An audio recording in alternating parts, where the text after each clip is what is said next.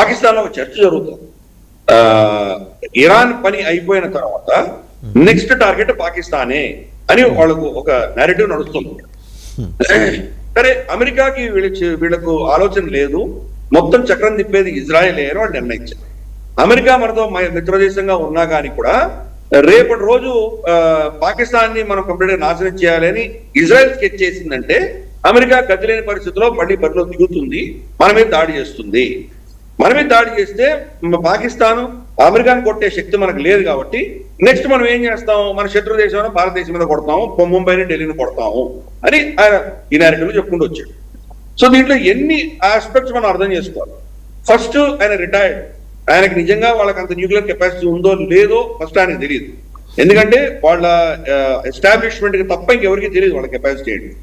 వీళ్ళు చూసాం, ఈయనైతే డిప్లొమాట్, పాకిస్తానీ అంబాసిడర్ గా ఉన్నాడు భారతదేశంలో కొంతకాలం.